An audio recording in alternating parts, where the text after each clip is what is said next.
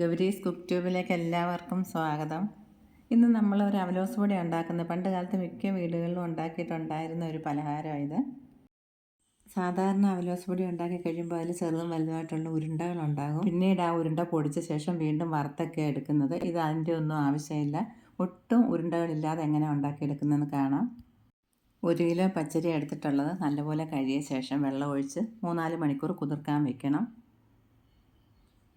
ഇപ്പോൾ നല്ലപോലെ കുതിർന്നിട്ടുണ്ട്. ഇനി വെള്ളമൊക്കെ ഊറ്റിയ ശേഷം ഒരു കണ്ണാപ്പയിലിട്ട് നല്ലപോലെ വെള്ളം പോയി കഴിഞ്ഞിട്ട് പൊടിച്ചെടുക്കണം. ഇതിലേക്ക് ചേർക്കുന്നതിന് വേണ്ടി വലിയ 2 വിളഞ്ഞ തേങ്ങ ഇതുപോലത്തെ എടുക്കണം. അപ്പോഴേ തേങ്ങാപ്പാൽ കിട്ടത്തുള്ളൂ. അവലോസ് പൊടിക്ക് നല്ല ടേസ്റ്റും കാണും. ഉണക്കത്തേങ്ങ എടുക്കരുത്. അരി വളരെ നൈസായിട്ടാണ് പൊടിച്ചെടുത്തിട്ടുള്ള അപ്പത്തിനൊക്കെ പൊടിച്ചെടുക്കുന്ന മാതിരി. ഇനി ഇതിലേക്ക് 1 ടീസ്പൂൺ ഉപ്പുപൊടിയും കൂടെ ചേർത്ത് എല്ലാ ഭാഗത്തും നല്ലപോലെ പിടിക്കുന്ന മാതിരി ഒന്ന് ഇളക്കി ചേർക്കാം. അത് കഴിഞ്ഞ് തിരികെ വെച്ചിരിക്കുന്ന തേങ്ങ അരിപ്പൊടിയും കൂടി ചേർത്തൊന്ന് ഇളക്കി കഴിഞ്ഞിട്ട് ഇതെല്ലാം കൂടെ ഒരു സൈഡിലോട്ടൊന്ന് മാറ്റി വെച്ചിട്ട് കുറേശ്ശെ മാവെടുത്ത് നല്ലപോലെ ഒന്ന് കൈകൊണ്ട് ഞെവിടി ചേർക്കണം. അപ്പോഴേ തേങ്ങയും അരിപ്പൊടിയും കൂടെ നന്നായിട്ട് ചേർന്ന് കഴിയുമ്പോൾ നല്ലൊരു മയം കിട്ടും.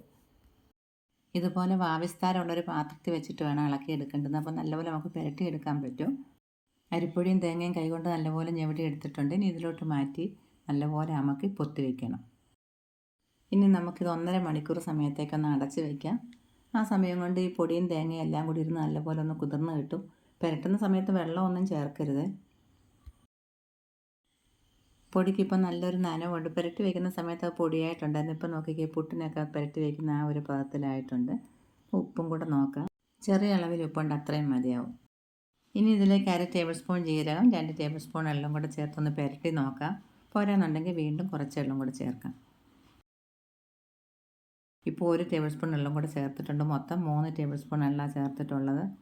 വിറകടുപ്പ് വെച്ചിട്ട് അവലോസ് പൊടി ഉണ്ടാക്കുന്നത്. ഇപ്പോൾ വെള്ളമൊക്കെ വറ്റിയിട്ടുണ്ട്. ഇനി അരിപ്പൊടി ഇട്ട് കൊടുക്കാം.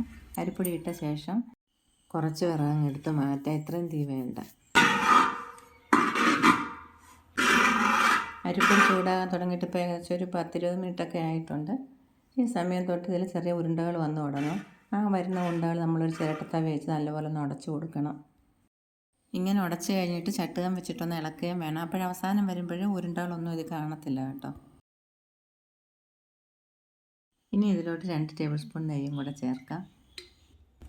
തീ വളരെ ശ്രദ്ധിച്ച് വേണം ഇടേണ്ടത്. അതുപോലെ കൈവിടാതെ ഇളക്കിക്കൊണ്ടിരിക്കുകയും വേണം.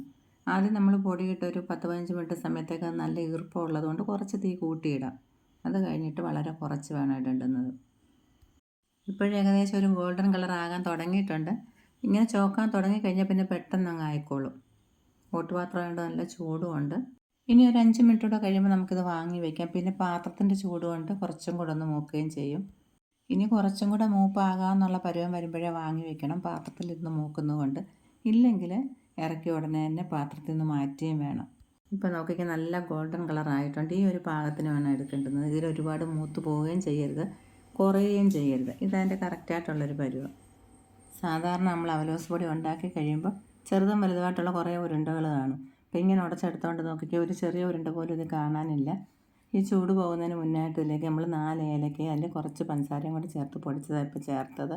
നല്ലൊരു മണവും രുചിയൊക്കെ കിട്ടും. ഇതുണ്ടാക്കിയെടുക്കാൻ ഇപ്പോൾ ഒരു 1.5 മണിക്കൂർ സമയം എടുത്തിട്ടുണ്ട്. ഇതിനിപ്പം മിക്സിയിലിട്ട് പൊടിക്കണമെന്നില്ല, ഇങ്ങനെ തന്നെ കഴിക്കാം. കഴിക്കാൻ എടുക്കുന്ന സമയത്ത് കുറച്ച് പഞ്ചസാരയോ ഇല്ലെങ്കിൽ ശർക്കര ചീകിയിട്ടത് കൂട്ടി കഴിക്കാം. അതോ അല്ലെങ്കിൽ പനങ്കൽക്കണ്ട് പൊടിച്ച് ചേർക്കാം. നമ്മുടെ ഇഷ്ടം എങ്ങനെയാണെന്ന് വെച്ചാൽ അങ്ങനെ കഴിക്കാം. അവലോസ് പൊടിയുടെ കൂടെ നമുക്ക് പഴം പുരട്ടിയും കഴിക്കാം. ഇതുപോലെ അവലോസ് പൊടി ഉണ്ടാക്കി എയർ ടൈറ്റായിട്ടുള്ള പാത്രങ്ങളിലിട്ട് വെച്ചാൽ കുറേ നാൾ നല്ല ക്രിസ്പിയായിട്ടും കേടാകാതെ ഇരിക്കും. ഇതുപോലെ ഉണ്ടാക്കി നോക്കിയിട്ടില്ലാത്തവർ ഇതേ രീതിയിലൊന്ന് ഉണ്ടാക്കി നോക്കണം. കുറച്ച് അരി എടുത്താൽ മതി, 1 കിലോ ഒന്നും എടുക്കണമെന്നില്ല. ഒരു 1/4 കിലോ 1/2 കിലോ അരിക്കൊക്കെ ഉണ്ടാക്കി നോക്കിയിട്ട് എങ്ങനെ ഉണ്ടെന്ന് അറിയാം. അപ്പോൾ നിങ്ങളുടെ അഭിപ്രായങ്ങളൊക്കെ പറയണം. വീണ്ടും കാണാം. Thank you.